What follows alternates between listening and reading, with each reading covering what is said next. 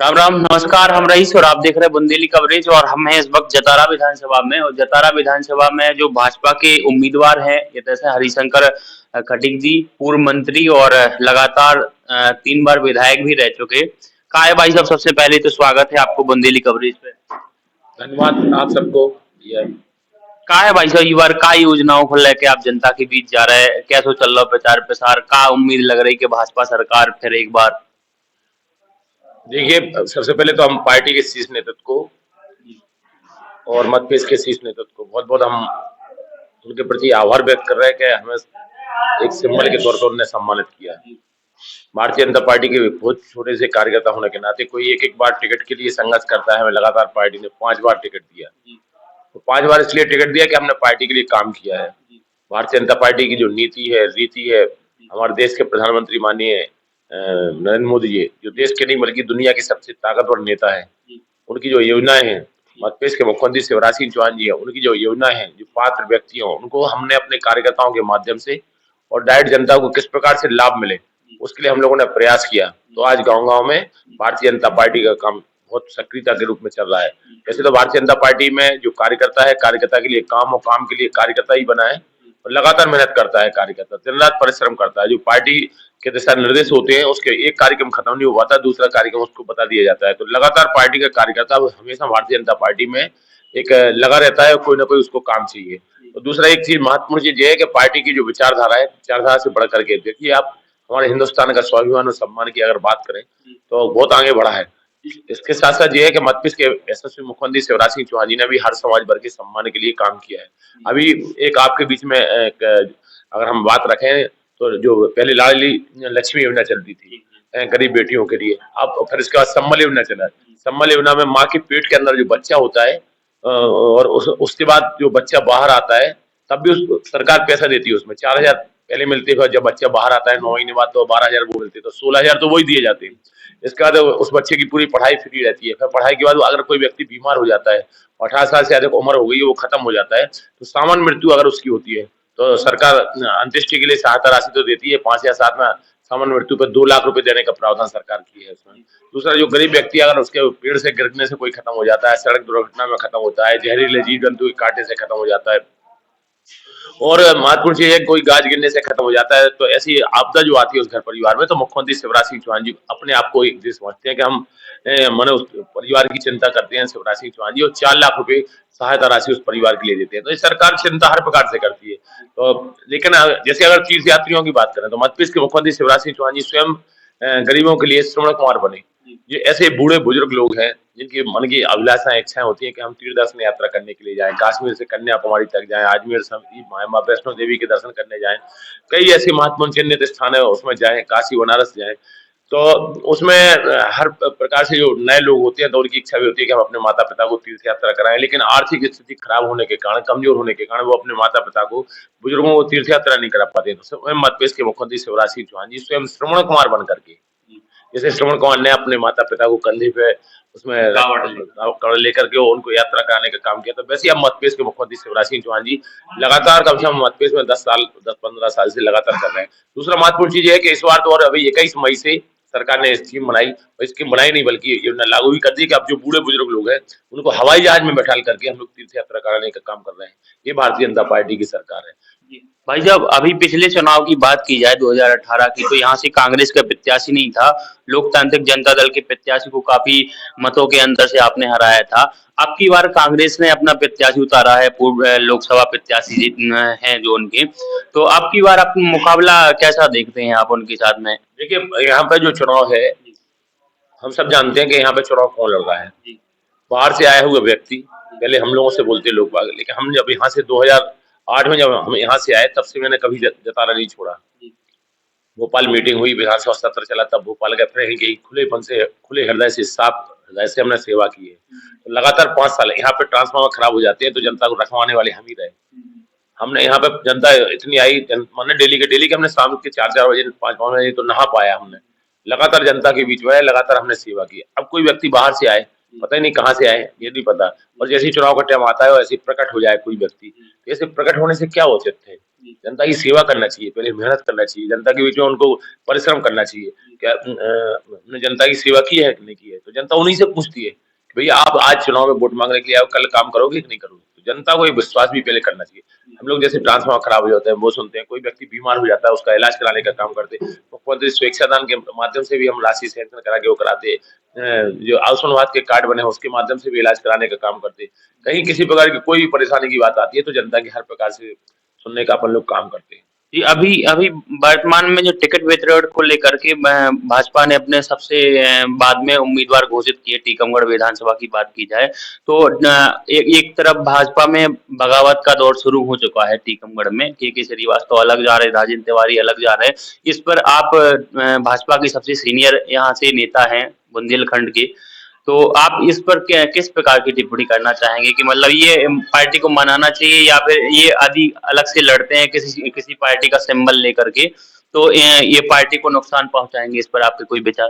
देखिए, हम कोई सीनियर नेता नहीं है, हम भारतीय जनता पार्टी के बहुत छोटे कार्यकर्ता हैं और जिनके आप नाम ले रहे हैं वो हम सब लोगों के लिए लीडर जैसे हैं। हम लोगों के हम लोगों को मार्गदर्शन देने वाले हैं और हमेशा दिशा निर्देश उन्होंने जो दिए हैं पार्टी के शीर्ष नेतृत्व में उनमें उनमें वो लोग भी हैं। हमें पूरा विश्वास है कि वो भारतीय जनता पार्टी से अलग नहीं होंगे।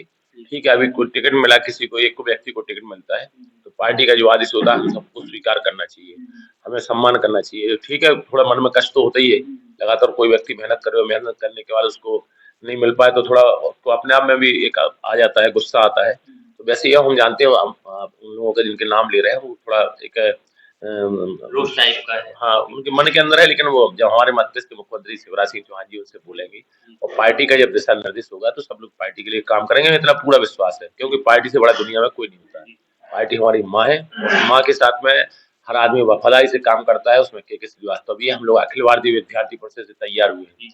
हम लोगों ने ज्ञानशील एकता परिषद की विशेषता के रूप में 84-85 से विद्यार्थी परिषद से झंडा लिया है, लगातार मेहनत की, जो मन में ठाना, जो दृढ़ संकल्प किया कि विकास का काम करना है, चाहे कॉलेज खुलवाने की बात हो, चाहे परीक्षा केंद्र कराने की बात हो, चाहे इसमें कॉलेज में चुनाव कराने की बात हो, हम लोगों ने लगातार प्रयास किया, लगातार उसके आधार पर हमें सफलता भी मिली और हम इतना पूरा विश्वास के साथ कहते हैं कि भारतीय जनता पार्टी में कहीं किसी प्रकार से कोई रोष नहीं है।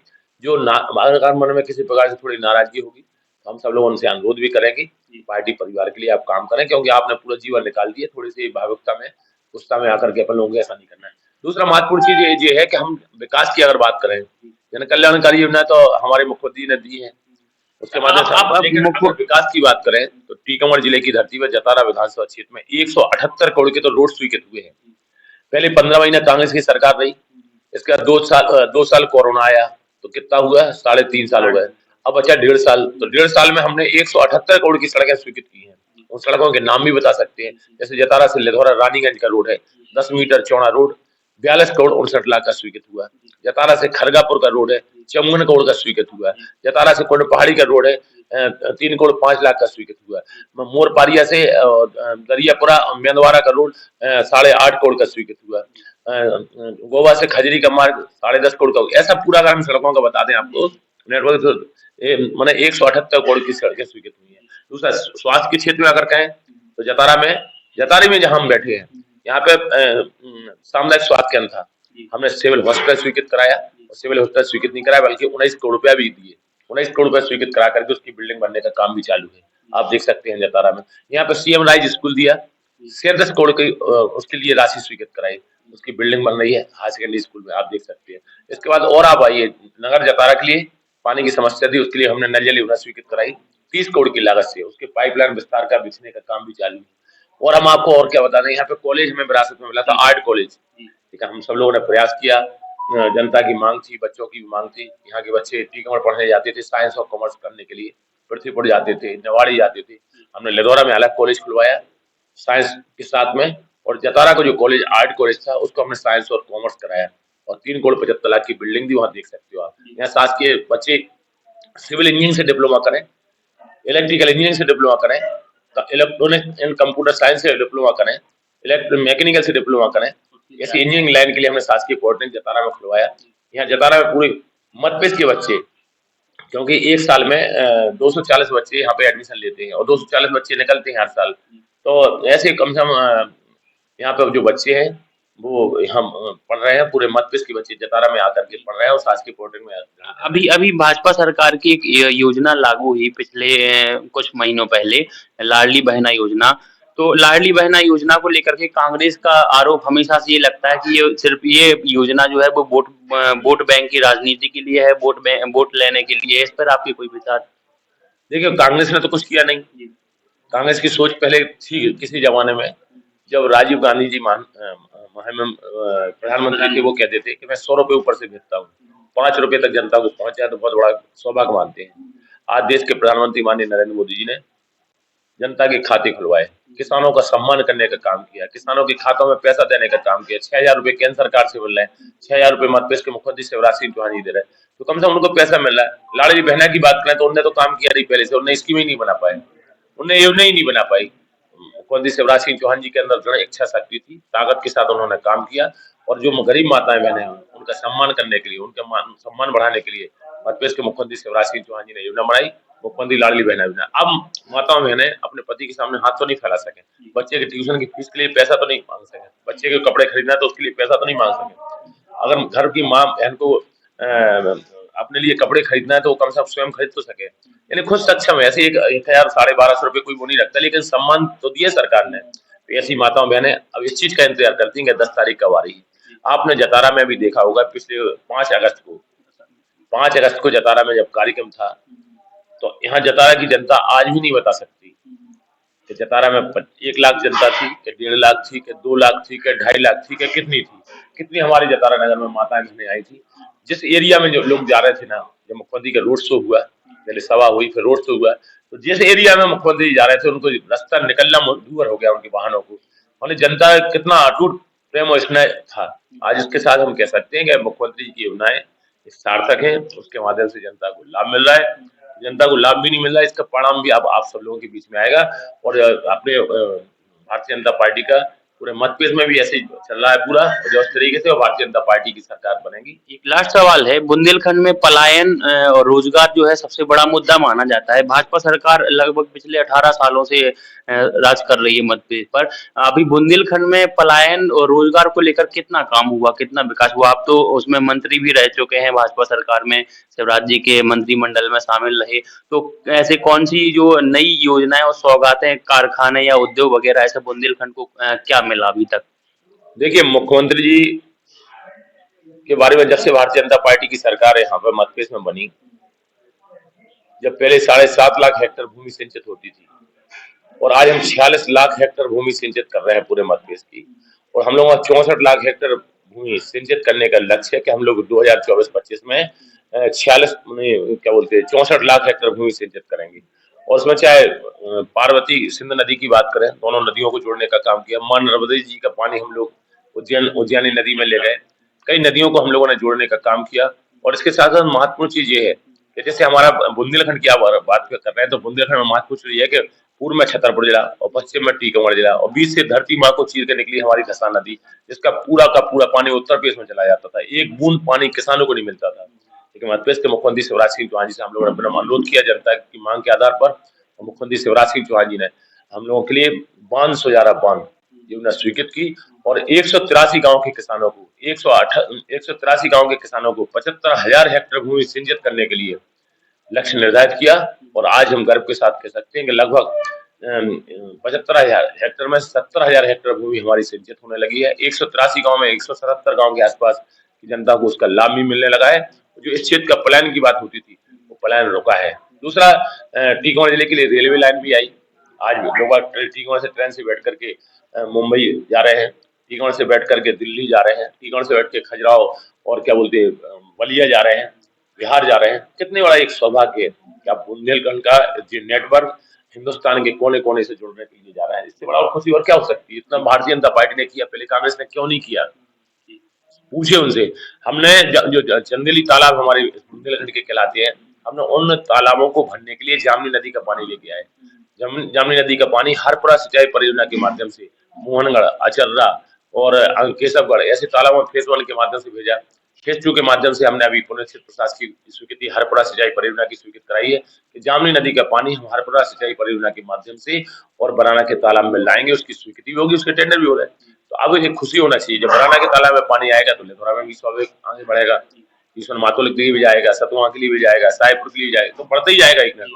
और हमारा लक्ष्य भी है कि सुखनई नदी हो, चाहे सपरा नदी हो, चाहे और नदी हो, चाहे जमुना नदी हो, चाहे पद्मा सागर तालाब से निकले हुए नदी हो, चाहे वो हमारा अब तो और इन नदियों पे हम लोग पानी रोकने का काम करेंगे, जिससे किसानों को पानी मिल सके। दूसरी महत्वपूर्ण चीज ये है, जब देश के प्रधानमंत्री अटल बिहारी वाजपेयी थे, क्योंकि वो भी बुंदेलखंड की धरती के हैं, ग्वालियर के हैं, तो जब वो प्रधानमंत्री थे तो उन्होंने एक सर्वे कराया था कि हिंदुस्तान में वो कौन सा एरिया है सबसे ज्यादा, जहाँ सबसे ज्यादा प्राकृतिक आपदा आती है, जहाँ सबसे ज्यादा ओलावृष्टि होती है, जहाँ पे सबसे ज्यादा सूखा होता है, जहाँ सबसे ज्यादा पानी की बरसात होती है, अतिवृष्टि होती है, तो वो बुंदेलखंड एरिया निकला जब सर्वे में आया। तो उन्होंने उस समय एक योजना बनवाई थी, माननीय अटल बिहारी वाजपेयी ने, बहन उमा भारती जी को, उससे केन बेतवा लिंक सिंचाई परियोजना, केन बेतवा लिंक सिंचाई परियोजना के माध्यम से नदियों को जोड़ने का हम काम करेंगे।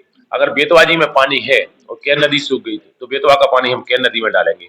अगर केन नदी में पानी है और बेतवा जी सूख गई, तो केन का पानी हम बेतवा में डालेंगे। तो केन बेतवा लिंक सिंचाई परियोजना की उस समय योजना बनाई गई थी।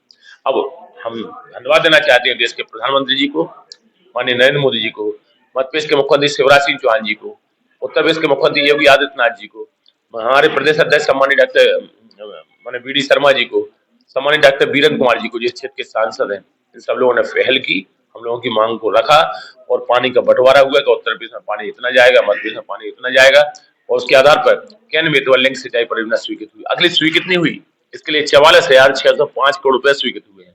इसमें एक दोहन डैम भी बनना है, उसमें दोहन डैम तो बनेगा ही, उससे लाइट का कारखाना भी बनने का प्रावधान उसमें किया गया। अपने रानीपुर के पास से हम एक नहर आ रही है, जिसमें हमने जतारा का मदन सागर तालाब लिया है, उसमें एक जो नहर आ रही है उससे हमने बहारू ताल भी लिया।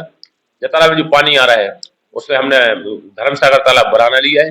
जतारा से जो नहर जाएगी वो टीकमगढ़ के मेहन सागर तालाब तक नहर जाएगी। तो जब किसानों के तालाबों में पानी आएगा, किसानों के खेतों में भी पानी पहुंचेगा, और जब खेतों में पानी पहुंचेगा तो उनके घरों में भी हरियाली आएगी। जब उनके घरों में हरियाली आएगी तो दीपावली के दिए भी अच्छे ढंग से जलाए जाएंगे, उनका बेटा भी इंजीनियर और डॉक्टर बनने का सौभाग्य प्राप्त होगा। ये बुंदेलखंड की तकदीर और तस्वीर बदलने का अगर किसी ने काम किया है तो हमारे केन बेतवा लिंक सिंचाई परियोजना करने के लिए जा रही है, और हम धन्यवाद देना चाहते हैं देश के प्रधानमंत्री का। आपकी बार भाजपा सरकार कितनी सीटें लेकर के आई, कितने आश्वस्त हैं आपकी? आपकी बार लगभग पिछली बार नारा था कि आपकी बार 200 पार, आपकी बार कितना? देखिए, आपकी बार भारतीय जनता पार्टी भी बहुत प्री प्लानिंग के आधार पर चुनाव लड़ रही है। हर राजनीतिक दल है वो अपने अपनी जगह चुनाव में लड़ता है, लेकिन भारतीय जनता पार्टी भी बहुत एकदम जोश तरीके से चिंतन के साथ में और शीर्ष नेतृत्व के दिशा निर्देशों में चुनाव यहाँ का हो रहा है। मुख्यमंत्री शिवराज सिंह चौहान जी, प्रदेश अध्यक्ष बी डी शर्मा जी, हितानंद जी, ये तो सब लोग कर ही रहे हैं पूरी चिंता, लेकिन शीर्ष नेतृत्व भी पूरी चिंता कर रहा है। और इस बार हम आपको बता दें कि अभी तो 2023 में विधानसभा का चुनाव है, और 2023 में पूर्ण बहुमत की सरकार मध्य प्रदेश में भारतीय जनता पार्टी की बनेगी। और दूसरा हम आपको बता दें कि 2024 में जब लोकसभा के चुनाव होंगे, तो लोकसभा के चुनाव में पिछली बार हम लोग 29 में से 28 सीटें जीते थे, एक सीट मात्र छिंदवाड़ा की हम हार गए थे, उसमें माननीय नकुलनाथ जी, कमलनाथ जी के लड़के हम वो जीत गए थे, वो भी 25,000 वोटों से चुनाव जीते थे। लेकिन इस बार हमें पूरा विश्वास है कि हम 29 में से 29 ही सीटें भारतीय जनता पार्टी की 24 में जीतेंगे और मध्य प्रदेश में भारतीय जनता पार्टी की सरकार बनेगी। तो इसी जतारा विधानसभा क्षेत्र की धरती पर हम महत्वपूर्ण चीज बताते हैं कि यहाँ पर जनता यहाँ का चुनाव लड़ रही है, यहाँ भारतीय जनता पार्टी के कार्यकर्ता चुनाव लड़ रहे हैं, और हमारे यहाँ के जो शुभचिंतक लोग हैं, जो दलगत राजनीति से हटके लोग काम करते हैं, वो हमारे जो शुभचिंतक लोग हैं वे भी पूरी चिंता कर रहे हैं। पार्टी के कार्यकर्ता चिंता कर रहे हैं, वरिष्ठ नेतृत्व चिंता कर रहा है, शुभचिंतक लोग चिंता कर रहे हैं, भारतीय जनता पार्टी के कार्यकर्ता दिन रात एक करके चिंता कर रहे हैं, और जनता भी बिल्कुल इसी लगाया था कि हम किस दिन वोटिंग है, 17 तारीख को वोटिंग होगी। यहाँ पूरा विश्वास है कि योजनाओं के आधार पर, विकास के आधार पर भारतीय जनता पार्टी का जतारा विधानसभा क्षेत्र में भी रिकॉर्ड मतों से जतारा विधानसभा क्षेत्र में चुनाव जीतिए। बहुत बहुत धन्यवाद भाई साहब आपका समय देने के लिए, और इसी छोटी सी हमारी बुंदेली कवरेज की वार्ता माननीय हरिशंकर खटीक जी के साथ। नमस्कार, धन्यवाद।